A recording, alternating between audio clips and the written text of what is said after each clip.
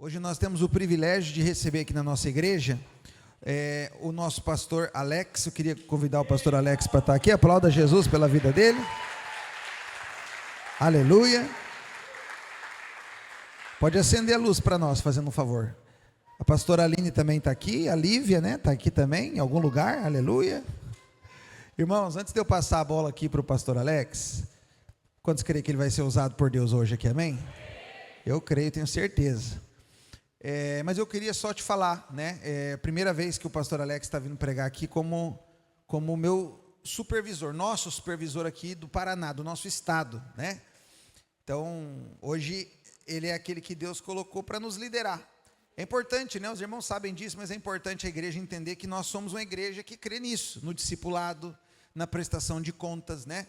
Nós aqui em Guaratuba não somos uma igreja independente, né? Onde a gente faz o que a gente quer, do jeito que a gente... Não. Nós temos uma visão, nós temos um coração com o pastor Aloísio, em primeiro lugar, com certeza, com o conselho apostólico, mas todo o estado do nosso país tem um supervisor estadual, assim como tem também os supervisores regionais, né? Eu hoje estou aqui como supervisor no litoral do Paraná, supervisionando, sim, as igrejas, acompanhando os pastores, mas o pastor Alex é o meu líder. É importante você entender isso. É o pastor que eu presto conta, que eu sento com ele, que ele ora por mim, cuida de mim. Eu acho que você precisa entender isso, porque isso te traz segurança, né? Então, e eu preciso disso também, irmãos, né? Eu tenho noção de que eu entendo que eu tenho uma função para pastorear, para cuidar, para apacentar, mas eu também sou ovelha. Todo pastor tem que entender que ele é ovelha também, amém? O pastor Alex, eu e ele temos uma história muito longa já, né? Então, eu conheci o pastor Alex, nós nos conhecemos quando eu ainda nem era casado com a pastora Sueli, né? Então, ele nos conheceu noivos com a pastora Aline. Então, já é 20 anos de caminhada juntos, né? A gente foi obreiro junto. No dia da ordenação, a gente foi ordenado no mesmo dia, inclusive foi esses dias, né, que a gente fez 15 anos de ministério de ordenação. E muitas histórias para rir e chorar, aleluia, né? Deus tem construído uma história, né, na minha vida, no meu ministério, na vida do pastor Alex, e hoje ele está como nosso supervisor, e eu quero dizer, diante da igreja, que o senhor tem meu coração, além de ser meu amigo pessoal, é meu líder, né, e eu tenho o prazer de andar com o senhor. Eu quero que a igreja entenda isso em nome de Jesus, amém? Eu acho que para a nossa igreja é importante você entender isso. Ninguém anda sozinho, não deveria de andar sozinho, amém? E dizer que, casa é sua, você tem liberdade, deixa Deus te usar. Vamos orar pelo pastor aqui, irmãos? Te amo, tá? Pai, no nome de Jesus, usa a vida do pastor Alex hoje, Pai. Usa ele, Senhor, para falar o nosso coração. Usa ele, Senhor, para liberar o evangelho para nós de uma maneira que a gente possa ser tocado, transformado, que a gente possa ver o Senhor e ser transformado. Que o Senhor dê para ele uma nova medida de unção, de ousadia cada dia. Que a cada vez que ele pregar a tua palavra, o Senhor dê a ele mais autoridade, Pai. Amém. No nome de Jesus. Eu oro também para que ele possa ter cada dia mais unção também para andar com os pastores desse estado. Deus, usa ele, Senhor, para nos abençoar, Pai, no nome de Jesus, ó Pai. Creio que essa noite é uma noite de poder, de unção, de milagre, de transformação. No nome de Jesus. Nós cremos, entendemos que não tem nada a ver com o pregador, é com a mensagem. Mas usa o pastor Alex hoje para trazer a mensagem do evangelho para nós. No nome de Jesus. Amém, aleluia. A casa é sua. Aleluia. Glória a Deus, graça e paz a todos, amém? Que alegria estar aqui com os irmãos, que bênção estarmos juntos nesse dia tão especial, nessa conferência poderosa. Eu tenho acompanhado pelas redes sociais, cada dia mais poderoso, cada dia mais vida, e eu tenho certeza que o Senhor vai liberar algo sobre o seu coração e sua vida hoje. Deus trouxe uma palavra poderosa para o meu coração e eu creio que você vai perceber isso.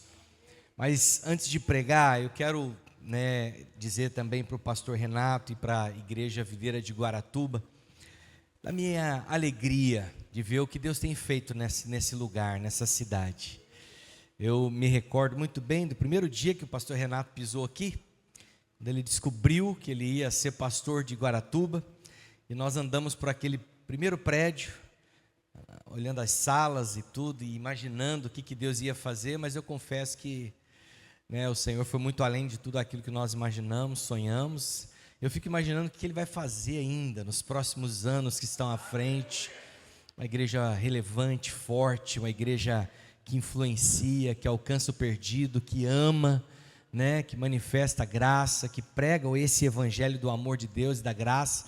Então eu tenho certeza que será poderoso. Como o pastor Renato disse, a nossa história é muito longa, mas o que ele não disse é que foi ele que me catapultou para a liderança, né? Eu cheguei na vida da igreja em 2005, então faz mesmo 20 anos, né, que nós nos conhecemos. Eu fui visitar a célula do Augusto, o pai do pastor Renato, e logo depois o Augusto multiplicou a célula com o pastor Renato, e eu fui junto com ele como líder em treinamento, e ele multiplicou a célula comigo. Eu me tornei líder de célula através de uma multiplicação da célula dele. Me ensinou, me deu os primeiros passos, me mostrou o caminho da liderança. Então eu sempre sou muito abençoado, me sinto muito amado. Pastor Renato, pastora Suelen, admiro vocês, amo sua família, tenho zelo, encargo, amor, carinho por vocês. Contem comigo, tá bom? Nós estamos juntos para sempre, amém? Mas eu estou aqui também com a minha esposa, a pastora Aline, minha companheira da vida inteira, meu amor. Louva a Deus pela sua vida, meu amor. E quero manifestar diante de todos aqui minha admiração por você e todo o seu encargo pela obra de Deus. Obrigado. Louva a Deus pelos demais pastores da vinha que estão aqui, pastor Adam Frank, a pastora, o obreiro Rafael. Tem mais alguém? Mas eu quero destacar também o meu amigo antigo, o Michel, que é cunhado do pastor Renato, meu discípulo lá em Curitiba, que pediu para vir comigo. Eu fiquei muito feliz, estou muito feliz de ter você aqui, Michel. Obrigado. Irmãos, ano passado, o Senhor colocou no meu coração o encargo de pregar para a videira de Curitiba sobre evangelismo, ensinar a igreja a evangelizar. Eu percebia que os irmãos estavam terceirizando o encargo do evangelismo. Eles simplesmente diziam o seguinte: quando tinha necessidade de evangelizar alguém, eles falavam: mês que vem vai ter um encontro na minha igreja. Aí o ímpio que estava indo para o inferno tinha que esperar 30 dias para garantir a entrada no céu, né? Até chegar ao encontro ele estava no inferno ainda, né? Ou seja, terceirizava a responsabilidade do evangelismo. E eu afirmo para vocês que isso incomodou meu coração, e ainda mais quando nós marcamos um encontro e um líder de célula fez a inscrição de uma mulher que precisava muito de Jesus. Ela estava vivendo uma vida de miséria, no pecado. Ela estava casada com uma outra mulher e enferma. E ela foi inscrita para o encontro com Deus. E na semana do encontro, que aconteceu o encontro, na sexta-feira, chegou na quinta-feira, essa mulher simplesmente teve um infarto fulminante e faleceu. Isso me chocou. E eu falei: meu Deus do céu, será que essa mulher tinha aceitado Jesus algum dia na vida dela? Porque se essa mulher não tinha aceitado Jesus, ela foi para o inferno com a ficha da inscrição do encontro na mão. Eu falei: estar inscrita no encontro não adiantou nada. Não resolveu, ela não foi salva. Então o Senhor me deu uma estratégia de eu escrever um material para nós fazermos um jejum lá em Curitiba. Nós fizemos ano passado 21 dias para revolucionar o evangelismo na sua célula. Nós vivemos 21 dias para evangelizar. Foram dias poderosos. Em 14 dias, porque os 7 primeiros dias são treinamento e os outros 14 são de evangelismo mesmo. Em 14 dias nós ganhamos 1.382 pessoas para Jesus. Foi um grande milagre. Os encontros, né, tiveram uma outra perspectiva, um número muito maior de inscrições. O pastor Renato disse que vai fazer esse jejum, talvez não agora no primeiro semestre. E eu quero, na verdade, dispor para você. Eu não tenho mais o livro físico. Esse aqui eu dei para o pastor Renato. Eu não tenho mais, mas se você quiser adquirir esse livro, eu tenho ele digital. Ok? O pastor Renato vai mandar o link no grupo da igreja. Aí se você quiser, você pode adquirir. Já adianta, porque em algum momento ele vai fazer esse jejum, talvez esse ano, ou mais para frente. Mas se você quiser, você compra. E toda a arrecadação dessa venda não está vindo para mim. Tem um propósito de abençoar nossa obra lá em Curitiba. Tá bom? Então se você quer ser um abençoador, compra um livro. Amém? Vai ser uma grande bênção. E é isso. Amados, nesses dias eu tenho ministrado lá em Curitiba uma necessidade de falarmos a respeito do reino de Deus.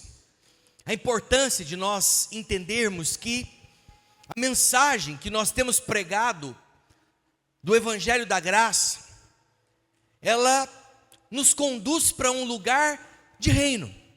Nós anunciamos a graça de Deus, nós falamos do amor de Cristo, mas certamente, ao fazermos isso, estamos sendo projetados a um caminho de vencedor, ao caminho da vitória, ao caminho de nos tornarmos também vencedores, de recebermos uma herança, uma coroa, uma recompensa.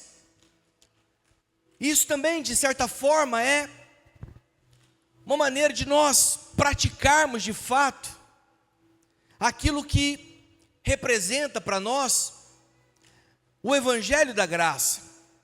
Você já sabe disso, que na antiga aliança nós tínhamos como base, como fundamento para o nosso relacionamento com Deus, a nossa obediência.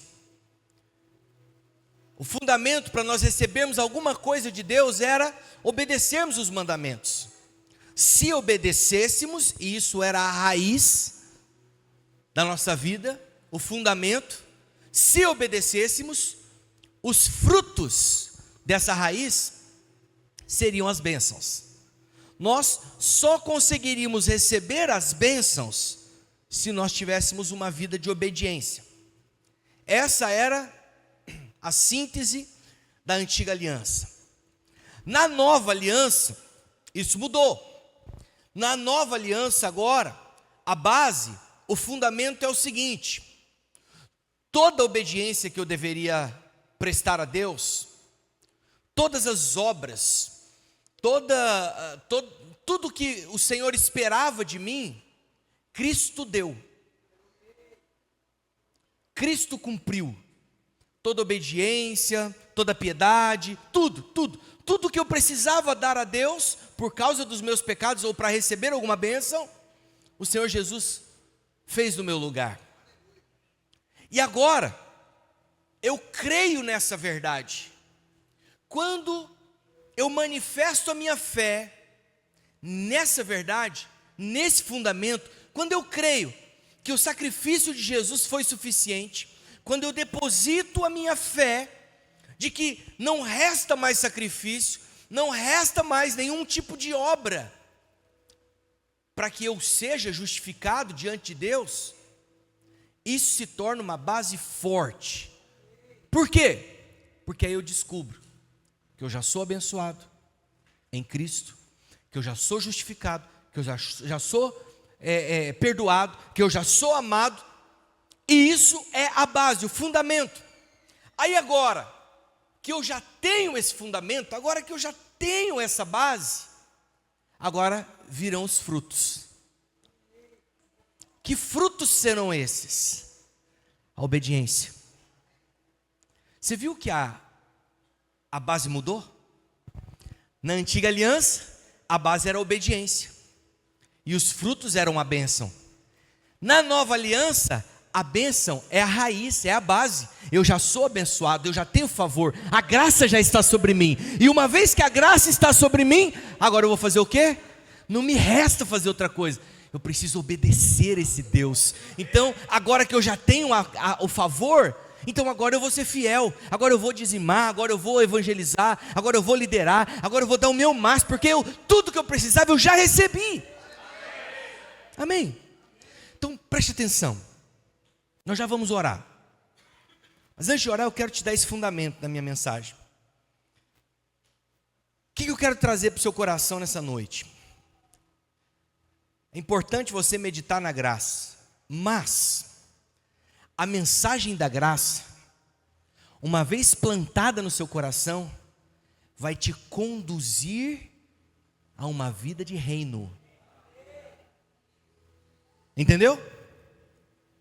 Ninguém pode dizer que recebeu a mensagem da graça se a vida dele não manifesta obras do reino. Porque a salvação é pela graça, mas as obras te credenciam para reinar com Jesus. Pastor, mas não há aí uma descompensação? Porque se é pela graça, por que eu preciso ter obras?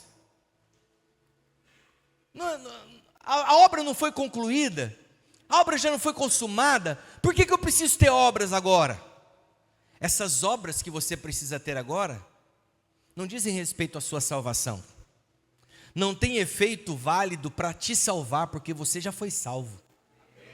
Agora, as obras que são fruto da graça que você recebeu, não é uma questão de se esforçar, de esforço do braço, de você, fazer o seu máximo. Não, é no descanso. A obra que vai te credenciar a reinar com Jesus, ela não é uma obra que é fruto do suor, é fruto do descanso na graça de Deus. Pastor, como assim? Mas se é obra, vai produzir algum cansaço? Será? Fala para um apaixonado que andar 20 quilômetros para ver a noiva dele não compensa. Ele vai falar: eu andaria 40 para ver essa gata, esse amor da minha vida. Não é?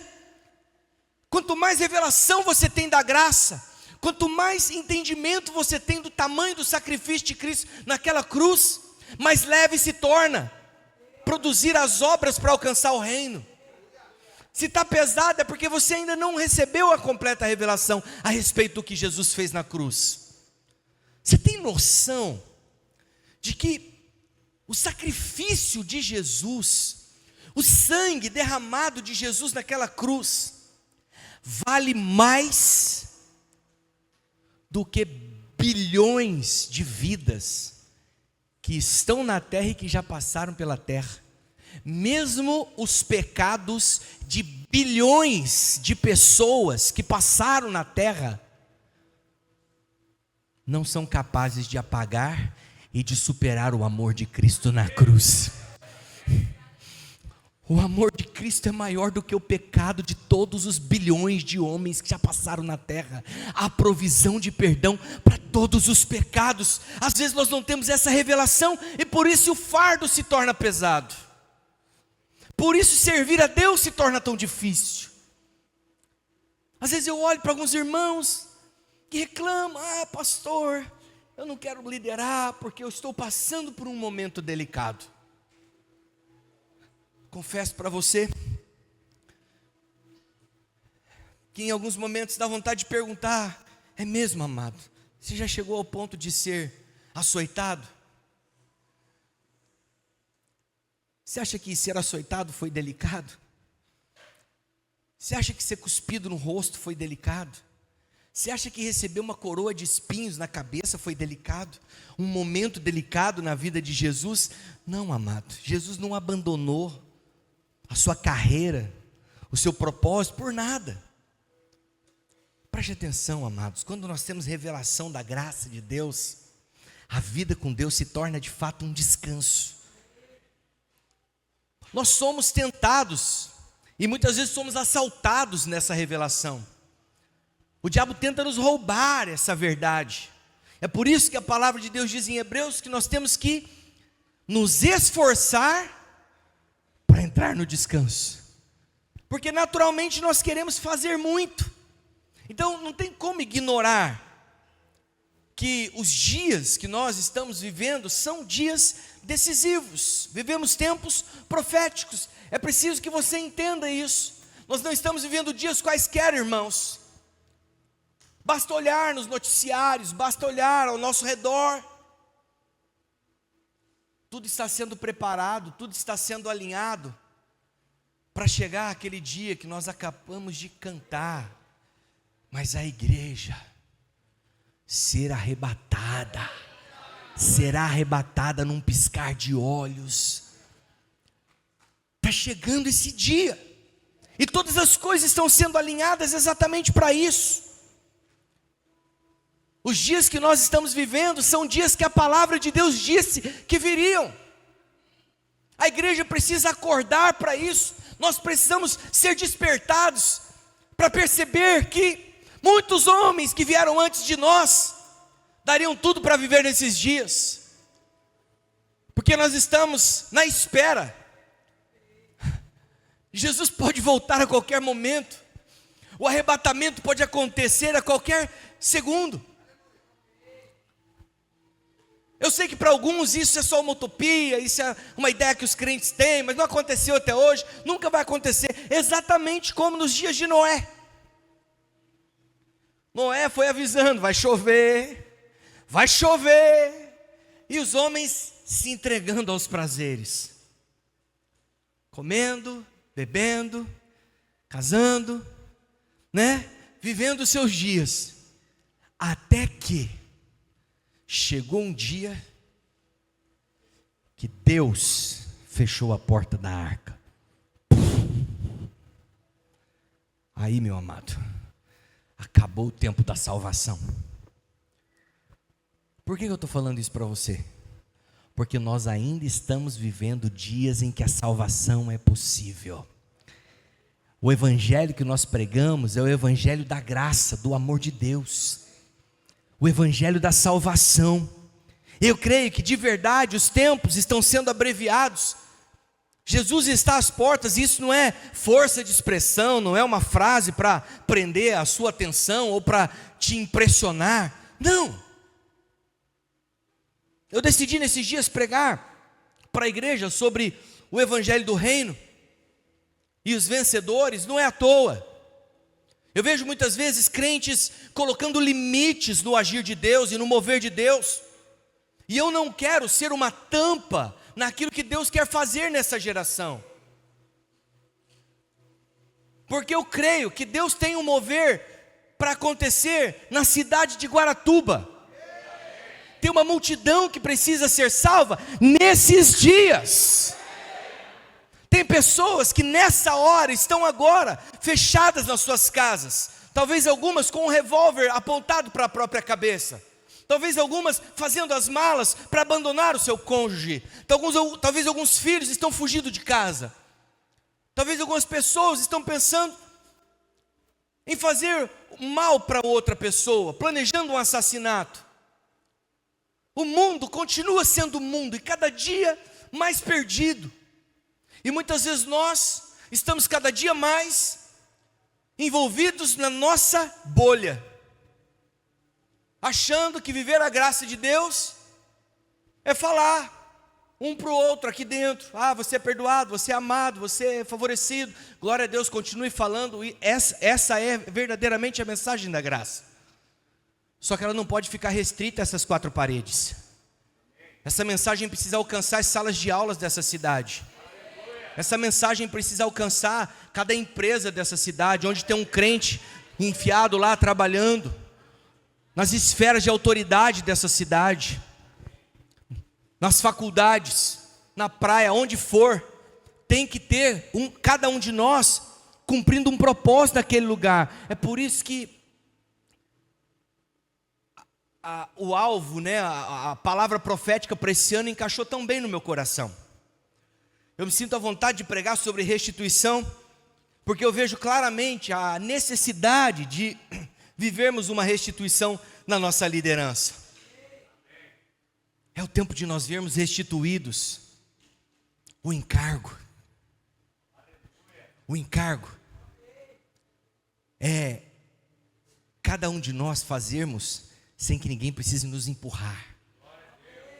Você está entendendo? São os jovens dessa igreja chegar para o pastor e falar: pastor, eu quero evangelizar na minha escola, eu vou, o senhor me dá a bênção, eu quero fazer um intervalo da graça, eu quero fazer, na verdade, um luau, eu quero evangelizar lá na minha família. O encargo fala de algo que inicia no coração aquecido de um filho de Deus que entendeu o amor de Deus, que entendeu a graça de Deus, e ele não consegue se conter, então ele precisa se mover em direção ao propósito. A restituição do encargo fala disso. Homens que se levantam para liderar, mulheres que se levantam para liderar, para responder ao chamado de Deus. A restituição do amor. O amor de Cristo. O O amor é a base de tudo, irmãos. Sem amor, de nada adianta. Sacrifício, de nada adianta. Sabe, uma consagração aparente, se não for genuinamente amor, não serve para nada. Se não, leia 1 Coríntios capítulo 13. Tem uma lista de coisas que não adianta nada você fazer se não tiver amor. É tempo da restituição da paixão. E sabe do que eu estou falando? Eu estou falando de fazer as coisas para Deus com brilho nos olhos. Eu estou falando de você ir para o encontro e ao vir aquelas pessoas se ajoelhando diante da cruz, seus olhos marejarem. Eu estou falando de uma paixão que toma e te motiva, toma o teu coração e te motiva a fazer mais. Eu estou falando de um nível de paixão que não te trava, que não te impede por alguma reserva, que te libera para dar mais e cada dia mais e muito mais para o Senhor. A restituição da nossa santidade. E aqui eu não estou falando só de uma questão do entendimento da sua separação, de você ser um homem separado por Deus. Não, eu estou falando sim de um comportamento diferente. Santidade é separação, mas aponta para um comportamento. Você está entendendo? Você não pode ser um homem como qualquer homem lá no seu trabalho. É a restituição da santidade na mais pura essência da palavra. Tem coisas que você não pode ouvir, tem grupos de WhatsApp que você não pode estar, tem páginas do Instagram que você não pode entrar, não pode curtir. Tem coisas que não competem a você, não combinam com você. Tem um determinado tipo de roda que você não pode sentar. Tem um determinado tipo de palavra que os seus ouvidos não podem ouvir. Sabe por quê? Não é porque você é proibido, é porque você é consagrado, santificado. Eu entendo que esses são dias em que o Senhor precisa restaurar, restituir essas coisas. É tempo da restituição, da consagração e da entrega. De apelos com pessoas jogadas no altar. Sabe, rendidas completamente, acreditando que, para onde eu irei? Eu não tenho mais para onde ir. De cantar como Davi, o pardal encontrou casas, e a andorinha ninhos para si, e eu encontrei os seus altares, Deus meu e Rei meu, uma vida de rendição, a restituição da alegria, aquela alegria genuína, verdadeira, que nada pode te parar. A palavra do Senhor diz que a alegria do Senhor é a nossa força. Mas não é a alegria de que a vida está boa, não, é a alegria de que o Senhor está feliz comigo. Porque a alegria do Senhor é a minha força, o que me fortalece a saber que Ele olha para mim e está satisfeito comigo. Porque nós sempre pensamos que Deus está lá, olhando para nós com olhos de condenação, dizendo: olha lá, vai errar agora, quer ver? É essa mensagem que todo mundo prega lá fora, mas não é a mensagem que está nos nossos lábios. A alegria é um combustível para você. É tempo de restituir o enchimento do Espírito, a intensidade. É tempo sim, eu vi alguns jovens aqui suando, sabe, sem se importar. É tempo de intensidade, de entrega, de você de fato não se importar com a opinião das pessoas, e mergulhar no agir, no mover de Deus para a sua vida. E por fim, a restituição dos frutos abundantes. Deus, eu quero profetizar sobre a videira de Guaratuba. Eu quero profetizar sobre as videiras desse estado. Estão diante de nós dias de ricos frutos, de uma farta colheita. Eu quero declarar que no ano da restituição, o Senhor vai restituir fartura de colheita. Eu quero declarar que cada líder de célula vai multiplicar. Eu quero declarar que o Senhor está levantando crentes dessa igreja e de todas as videiras do Paraná para evangelizar, e pelo menos cada um ganhar mais um. Nós veremos um grande milagre nesse ano. Nós chegaremos no final de ano, oh Deus, declarando a rica colheita que o Senhor nos deu. Aleluia. Mas para isso é necessário remir o tempo e apressar a vinda do Senhor. Olha o que a palavra de Deus diz. Agora eu vou começar a pregar. 2 Pedro, capítulo 3, versículo 12, porque diz que até que um versículo seja lido, o pregador não começou a mensagem. O pastor Renato disse que eu tinha 1 hora, então eu tenho 1 hora a partir de agora. 2 Pedro capítulo 3, versículo 12. Esperando e apressando a vinda do dia de Deus, por causa dos quais os céus incendiados serão desfeitos e os elementos abrasados se derreterão. O texto de Pedro está dizendo que nós estamos esperando, mas essa espera não é uma espera passiva. Ele diz: esperando e apressando a vinda. Você percebe então que a graça não é uma posição de ficar esperando Deus fazer alguma coisa. Há algo que o Senhor espera que façamos. Nós estamos sim esperando a vinda dele, mas nós não estamos parados, nós estamos apressando a volta dele. E como que nós podemos apressar a vinda do Senhor? Eu creio que uma das maneiras é pregar o evangelho do reino. Mateus 24:14 diz assim: e será pregado este evangelho do reino por todo o mundo, para o testemunho de todas as nações. Então virá o fim. O fim não virá enquanto o evangelho do reino não for pregado em todo o mundo. Então não pense que existe mais de um evangelho. Paulo diz aos Gálatas que existe apenas um evangelho, o evangelho da graça. E é aí que alguns crentes confundem, porque eles falam: pastor, mas qual é o evangelho que nós pregamos? É o evangelho da graça ou é o evangelho do reino? Não são dois, é um só. Só que o evangelho da graça nos conduz a uma vida de reino. Quando nós falamos do evangelho do reino, nós não estamos falando de um evangelho diferente do evangelho da graça. É porque a graça nos induz, nos conduz a viver uma vida como reis. Atos capítulo 20, versículo 24.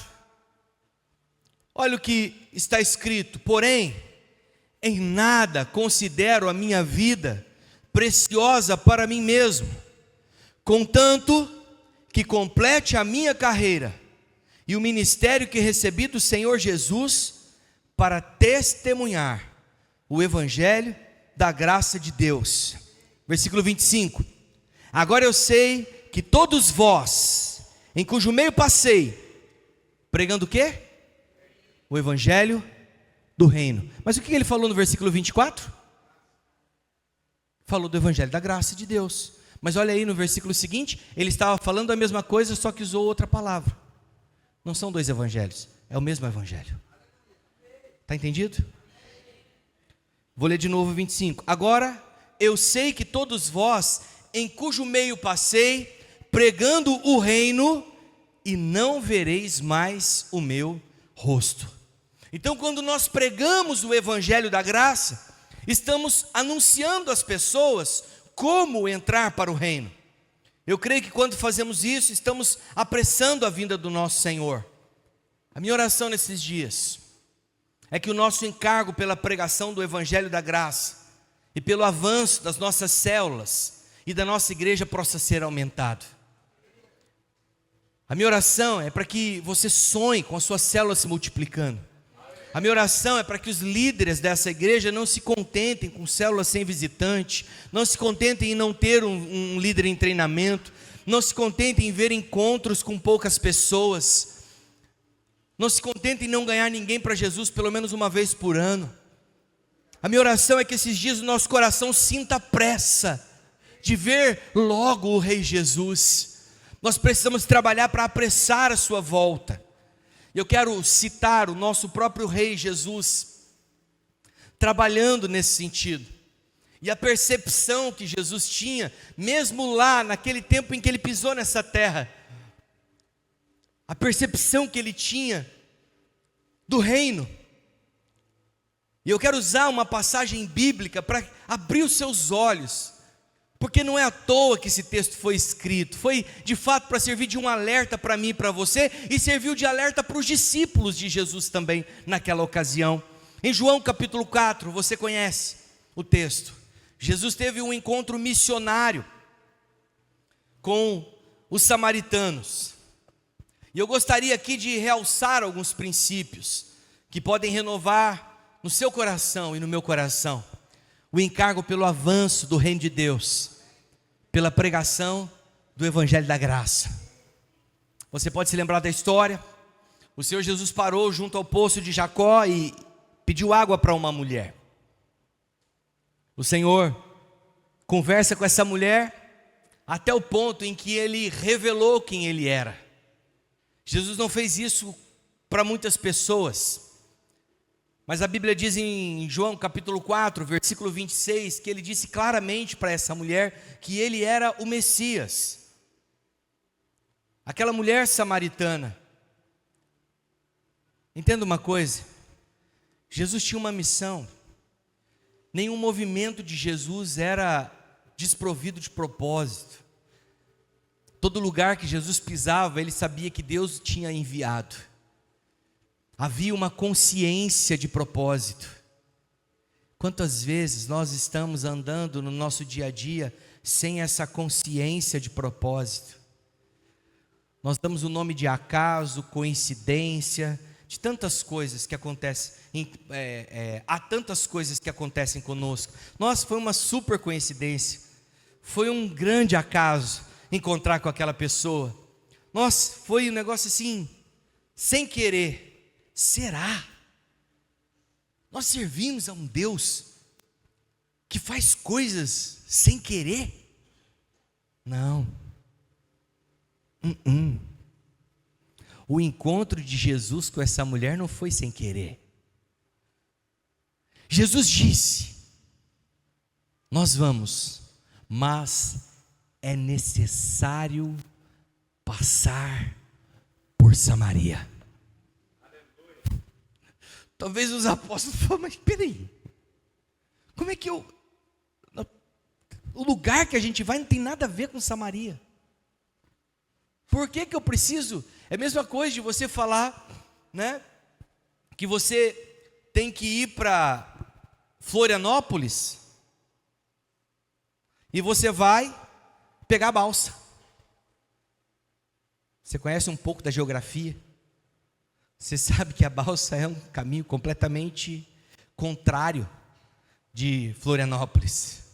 Mas Jesus deve ter dito assim: nós vamos a Florianópolis, mas é necessário passar por Caiobá. Ué, Jesus se movia por um propósito. Mas os apóstolos, os discípulos naquela ocasião, vendidos, né? O Senhor passou por aquele lugar porque tinha algo que precisava ser cumprido.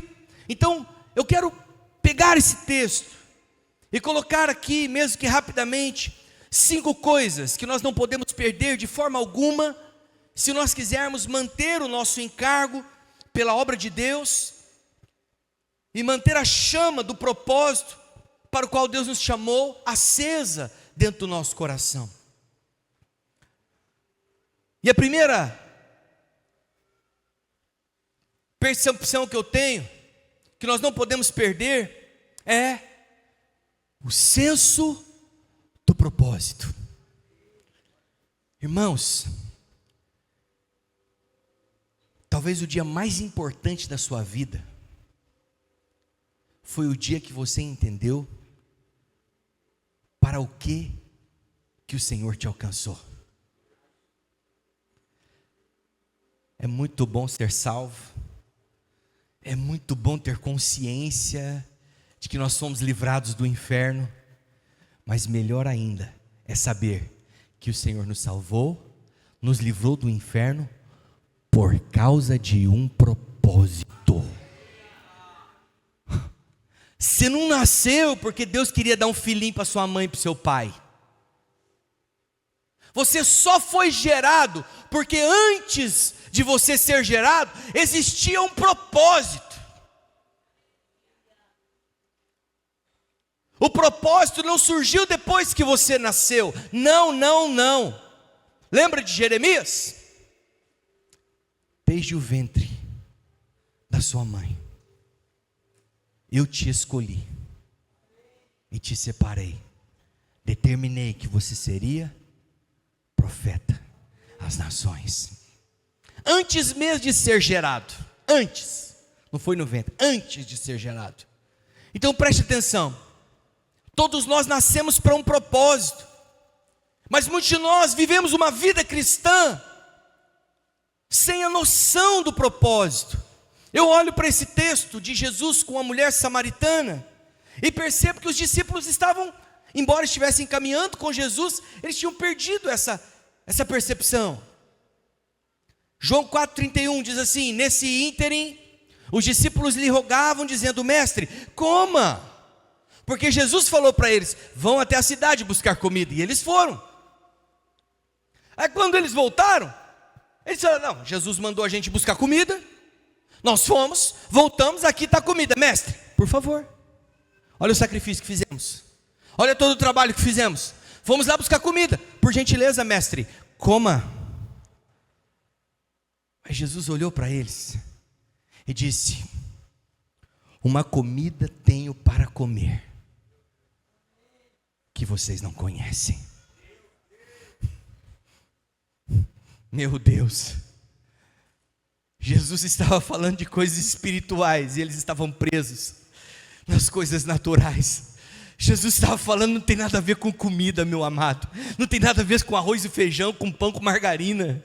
Não tem nada a ver com isso, tem a ver com pão do céu. Tem a ver com salvação, tem a ver com propósito. Vocês não perceberam ainda? Eu pedi para vocês irem comer, porque tinha um encontro que precisava acontecer aqui, para mudar a vida de uma pessoa.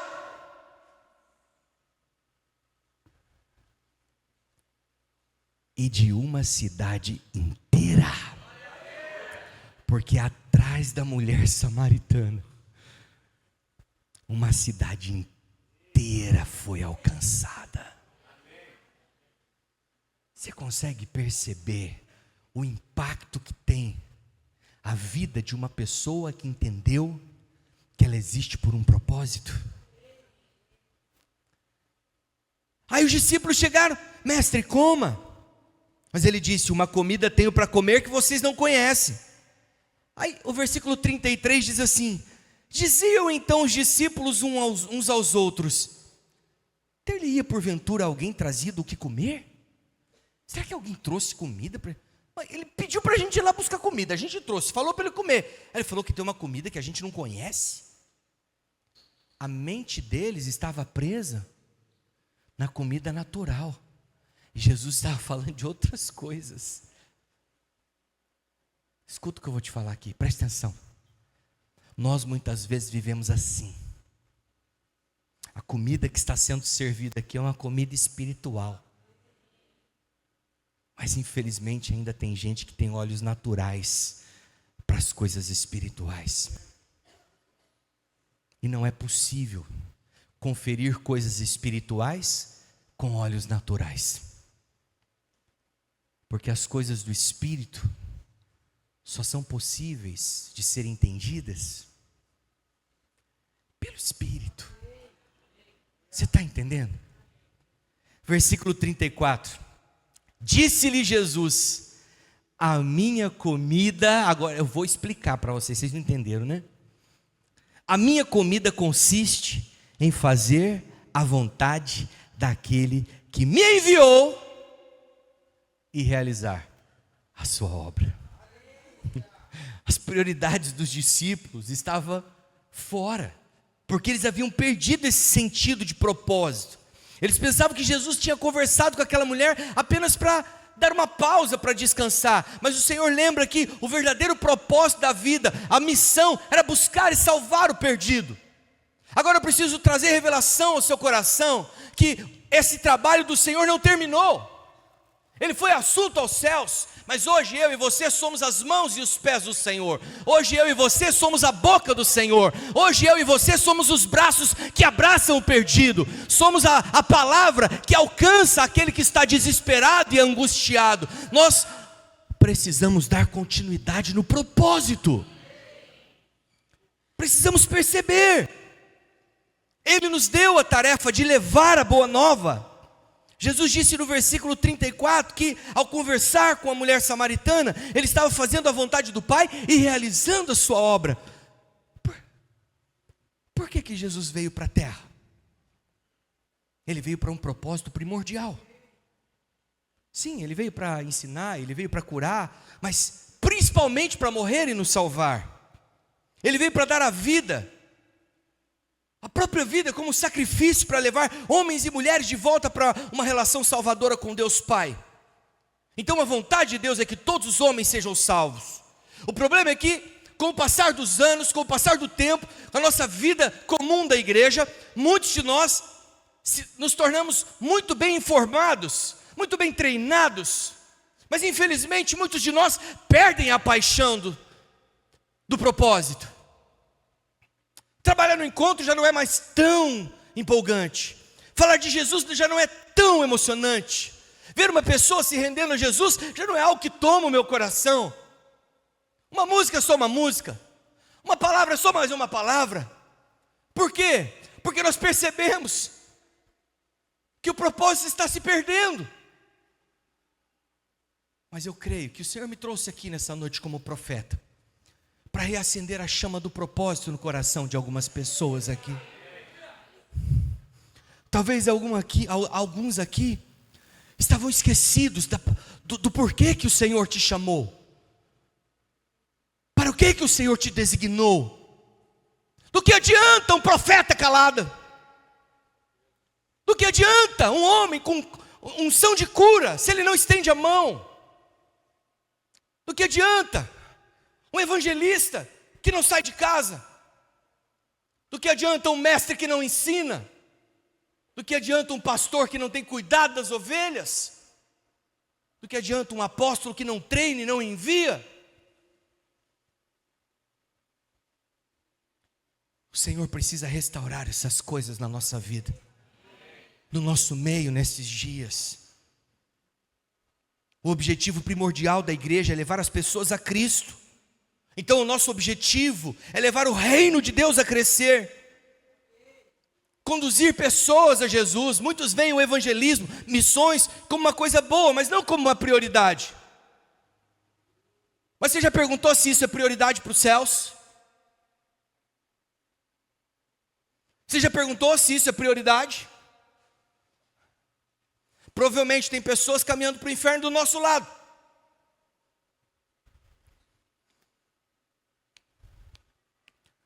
Senso de propósito, percepção do porquê que o Senhor te alcançou.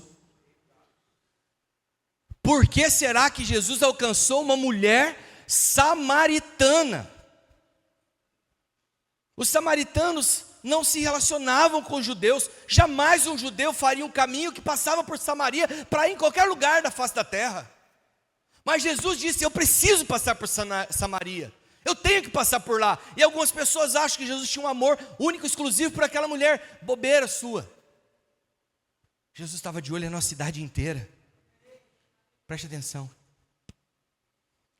Da mesma maneira, Jesus não está de olho só em um. Jesus está de olho em Guaratuba inteira. Mas para que Guaratuba toda seja salva, é necessário começar com a samaritana. E talvez a samaritana está lá, a vizinha da sua célula. Talvez a samaritana trabalha lá no seu trabalho, estuda na sua escola. A samaritana, talvez ela entra no ônibus do seu lado. A samaritana talvez, estaciona a bicicleta sempre do lado da sua. A samaritana trabalha no caixa do mercado que você compra seus mantimentos do mês. A samaritana pode trabalhar lá na farmácia que você compra o seu remédio. Mas nós vivemos desprovidos de propósito, nós achamos que todas as coisas são acaso. Não. Deus te plantou num lugar, Deus te colocou no lugar que Ele te colocou com um propósito, para que você possa cumprir o chamado de Deus para a sua vida.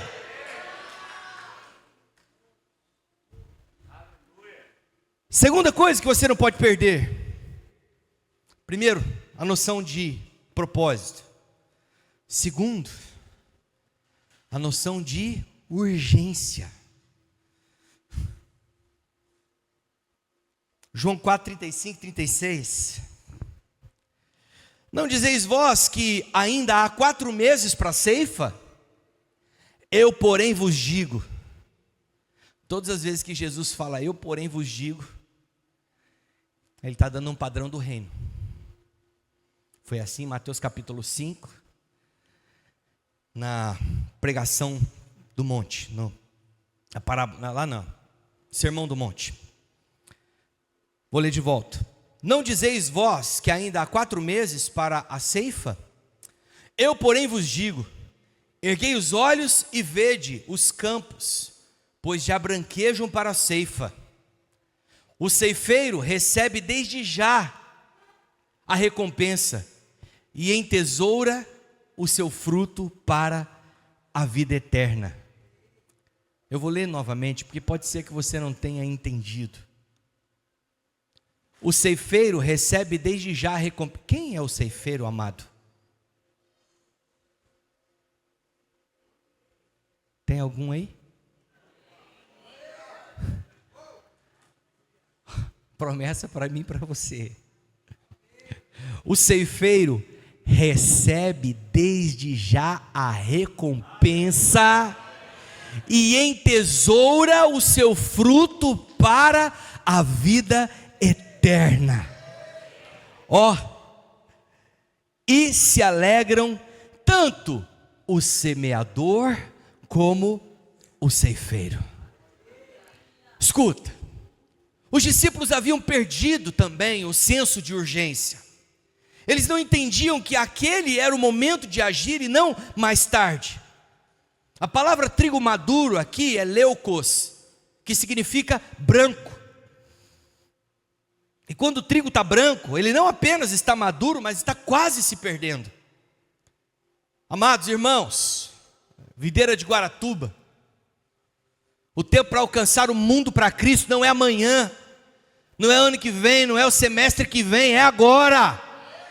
É agora é a hora para a igreja agir. Nós estamos diante da maior colheita de almas que já aconteceu, e mesmo assim, existem muitos milhares de milhões que precisam ouvir. Milhões de pessoas estão morrendo sem conhecer a Jesus.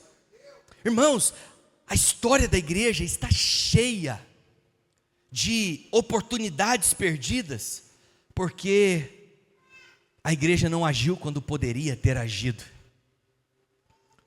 E eu tomei conhecimento de uma história dessa.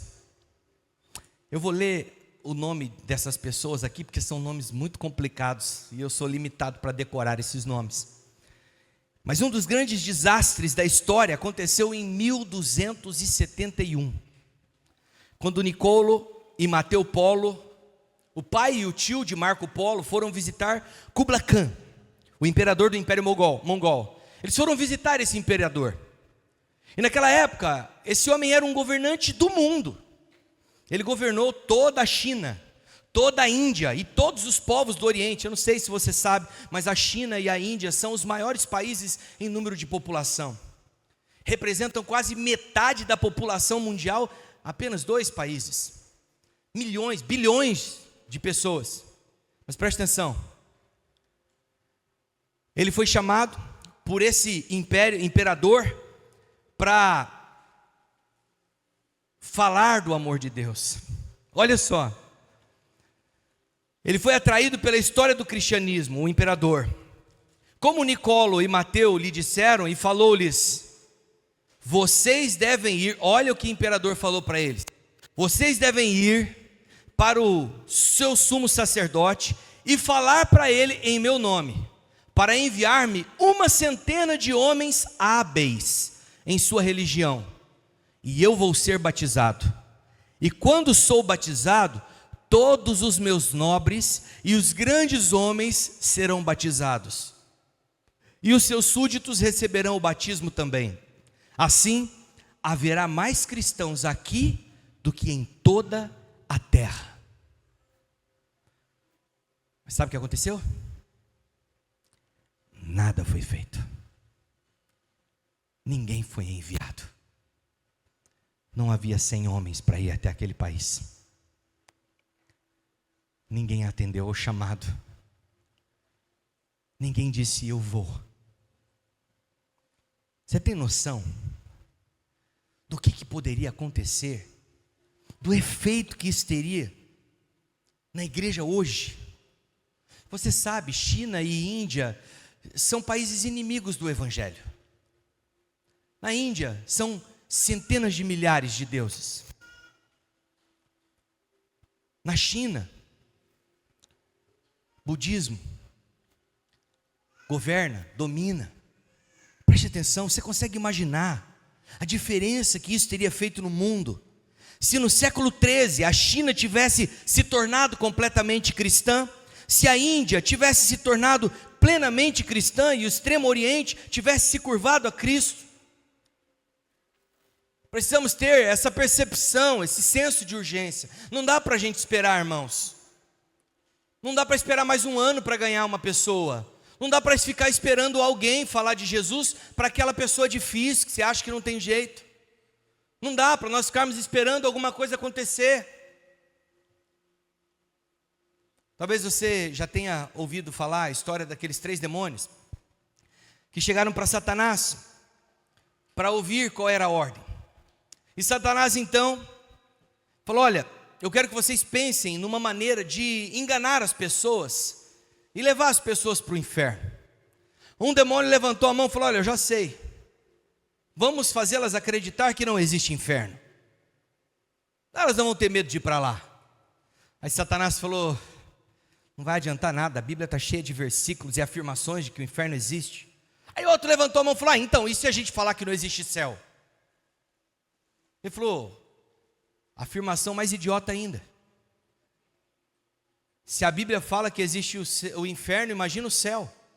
Quem que vai acreditar nessa lorota? Aí um demônio, com cara de nerd, levantou seu óculos, ajeitou. Os que usam óculos me perdoem, eu também uso. Levantou a mão e falou assim: eu tenho a ideia derradeira, definitiva. Satanás aproximou, olhou para ele e falou: então diga. Ele falou assim: basta nós dizermos para os crentes que eles ainda têm muito tempo para fazer isso. Basta convencermos de que tem muito tempo para evangelizar, tem muito tempo para falar do amor de Deus. Preste atenção, irmãos, se não é isso que em algum nível acontece com muitos dentro das nossas igrejas, não podemos perder o senso de urgência. Terceiro, não perca o senso de oportunidade. Oportunidade. O primeiro é a noção do propósito, o segundo é a noção da urgência, e o terceiro, o senso de oportunidade. Veja, no capítulo 4, Jesus deixa a Judéia em direção à Galiléia, mas no meio do caminho ele precisava passar por Samaria. Deixa eu te falar, havia em Samaria pessoas que precisavam ouvir, a vontade de Deus tinha sido revelada, e nesse sentido, era essencial que eles passassem por ali. Jesus sabia que era uma oportunidade, que aquele era o momento. O lugar de missões, irmãos, não é o lugar que você vai ser enviado. Eu me recordo de algumas pessoas passarem pela igreja e falarem que tinham um chamado para as nações. E quando alguém fala para mim que tem um chamado para as nações, a primeira coisa que eu pergunto é: o que você tem feito hoje pela sua nação? Você tem ganhado seus vizinhos, tem ganhado as pessoas do seu trabalho? Porque o que adianta nós queremos ganhar pessoas lá do outro lado do mundo, outra cultura, outra língua, outro estilo de vida, se nós não ganhamos aqueles que são nativos, de onde nós vivemos? Não, missões começa agora, missões começa aqui, senso de oportunidade, e eu não quero perder nenhuma, amém? Não é suficiente apenas alcançar as pessoas que estão perto de nós, nós precisamos também que estejam dispostas sim a ir longe. Então, eu creio que algumas pessoas que estão me ouvindo aqui, o Senhor tem sim um chamado para enviá-las para outros lugares, e serão enviadas, mas o seu chamado não começa lá, o seu chamado começa aqui. Quarto, não perca a noção do valor das pessoas, o valor que elas têm. No versículo 27, João 4, 27, olha o que a palavra de Deus diz: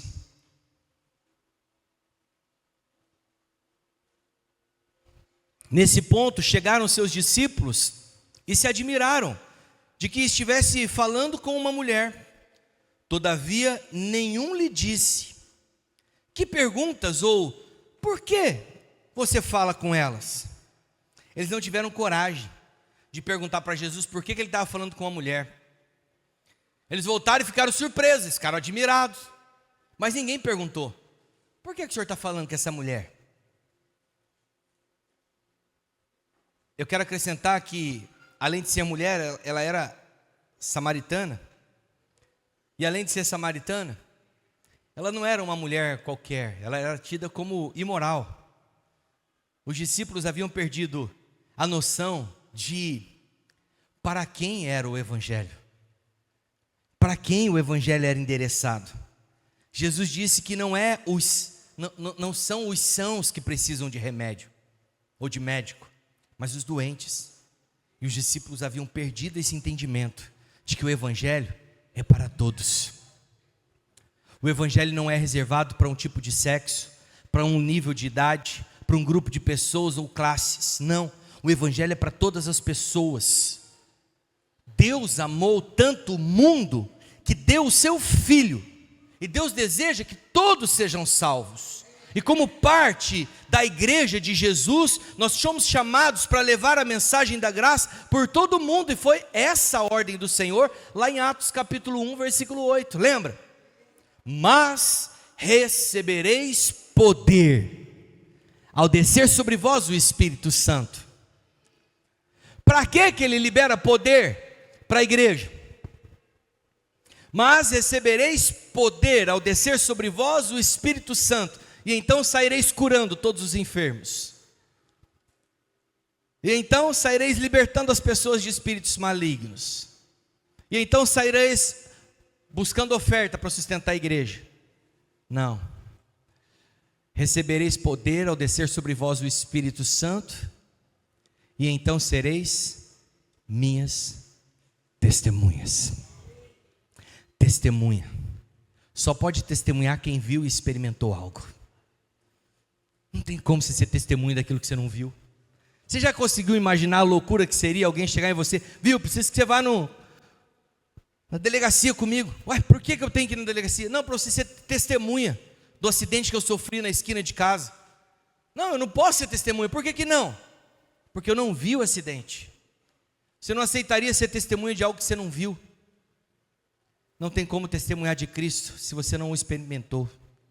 Agora, se você já experimentou de Cristo, e eu creio que todos aqui já experimentaram, amém?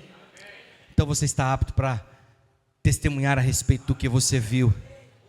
E aí a palavra de Deus diz: para serem minhas testemunhas em Jerusalém, em toda a Judéia, Samaria e até os confins da terra. E aqui fala de todas as camadas que estão ao nosso redor. Jerusalém representa as pessoas que são culturalmente semelhantes a nós, e geograficamente também. Judéia representa as pessoas que são semelhantes naturalmente, mas geograficamente distantes. Samaria representa as pessoas que são culturalmente diferentes e geograficamente distantes. A nossa Jerusalém é a nossa cidade, a nossa Judéia é o nosso estado, a nossa Samaria pode ser as pessoas que são culturalmente diferentes de nós, mas vivem aqui na nossa comunidade. E por fim, Deus nos chama para os confins da terra. Esse é o lugar onde estão as pessoas que são diferentes culturalmente e distantes geograficamente de nós. Seu chamado não tem limite. Não tem limite. Por último, para encerrar, não perca a noção do poder.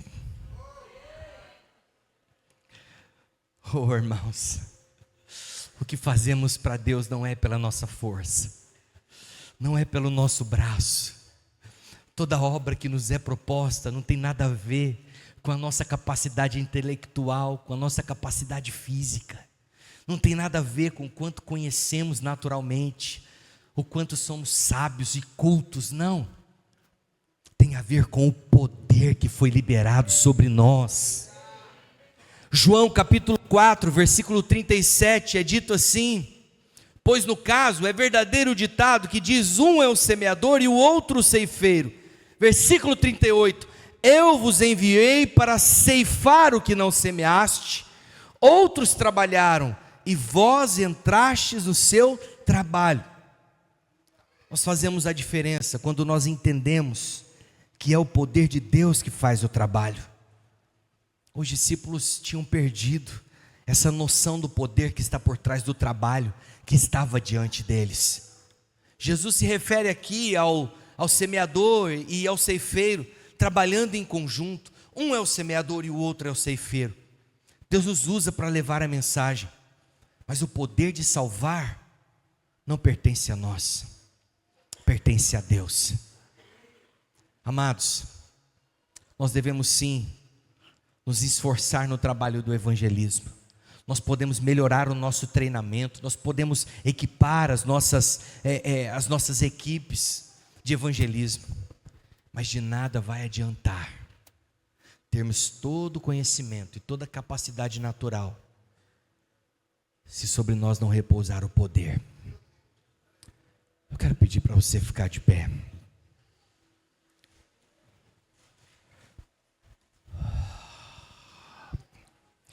E aqui eu quero falar, para encerrar, talvez o ponto mais importante de tudo que o Senhor me mandou aqui para fazer nessa noite.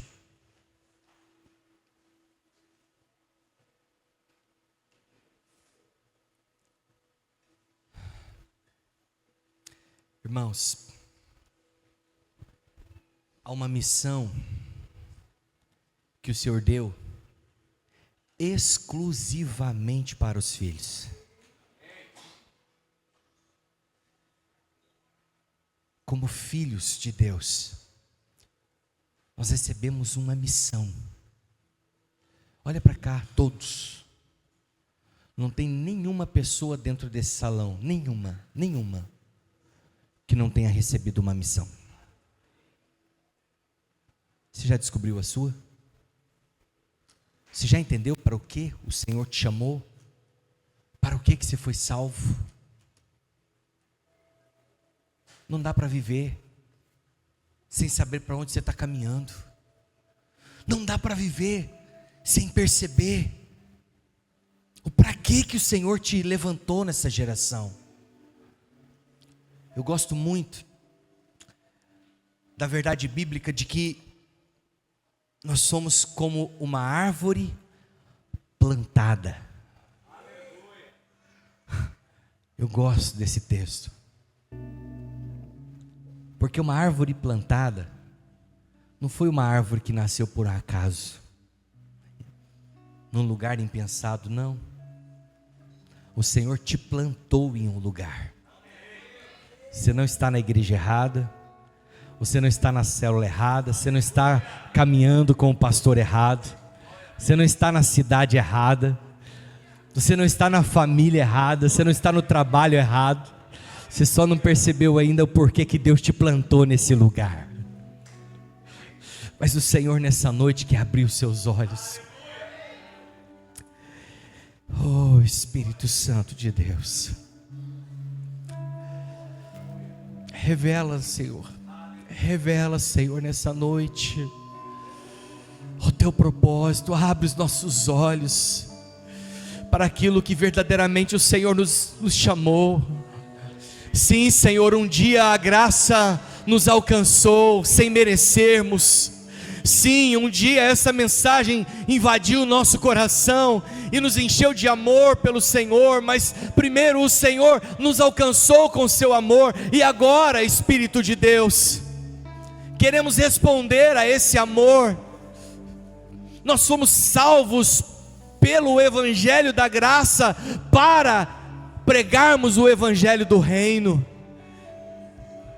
Deus, eu quero declarar que nessa noite, nós não estamos aqui em mais uma programação da igreja. Não, nós queremos manifestar e expressar paixão, mas também fidelidade ao chamado do Senhor. Ó Deus, desperta no nosso coração o desejo de compartilhar a respeito de Cristo, de levarmos o seu Evangelho, de espalharmos a sua vontade, a sua palavra. Deus, eu quero declarar que se porventura alguém aqui, ó Deus, nessa noite, que se esqueceu do chamado de Deus para ele, talvez hajam pessoas aqui, ó Deus, que têm fugido da liderança, tem mulheres que têm se sentido incomodadas para liderar crianças, mas parece que tem alguma coisa impedindo. Eu quero declarar que nessa noite o Senhor está falando ao seu coração, e está te dizendo: não tema, eu te chamei. Eu sinto que o Senhor está selando alguns aqui, que serão pastores nessa igreja. Eu quero declarar que Deus, Ele pode usar cada um de nós aqui. Eu creio que cada um de nós aqui pode perceber que o Senhor colocou dentro de nós algo que não é para ficar aqui restrito a essas paredes, que precisa ser levado a outras pessoas lá fora. Eu quero declarar que o Senhor está instigando o seu coração, um fogo está crescendo dentro de você, te impelindo a ligar, a ir atrás, a aproximar-se de alguém, a levar o amor de Deus, a compartilhar o Evangelho. Eu quero declarar que esse ano vai ser o ano de maior frutificação na sua vida. O Senhor te capacita com fogo, para que você possa levar esse Evangelho. Você foi alcançado pela graça para anunciar o reino. Você pode erguer as suas mãos para os céus. Você pode fazer uma oração de entrega para o Senhor nessa noite. Você pode confirmar algumas coisas com palavras diante de Deus. Você pode dizer ao Senhor algumas coisas que, enquanto eu ministrava a palavra, Ele foi falando ao seu coração. Você pode dizer para Ele: eis-me aqui, eu quero ser usado. Você pode dizer para Ele: enche-me do teu fogo. Você pode dizer para Ele: me dá esse senso de urgência, Senhor. Você pode dizer para Ele: eu quero essa noção de propósito, eu quero entender o para que o Senhor me colocou nesse lugar. Oh, xerabalabalabace.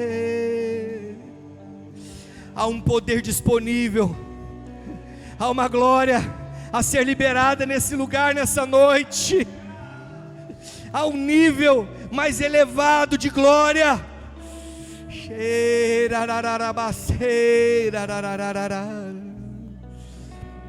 Você pode se unir a mais uma pessoa aí do seu lado. Você pode orar com essa pessoa. Passe a mão sobre o ombro de alguém aí do seu lado. Eu quero que você comece a orar com essa pessoa. Comece a orar com ela.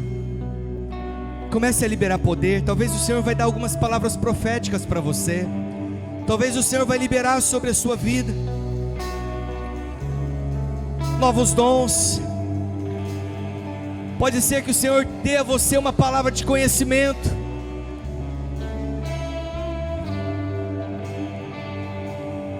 As obras do Senhor são misteriosas. Há um mistério que muitas vezes é revelado a uma pessoa. O Senhor quer te usar. Não fique sozinho, procure alguém, impõe as mãos sobre alguém, libere vida de Deus, poder de Deus sobre outra pessoa. Ei, deixa Deus te usar.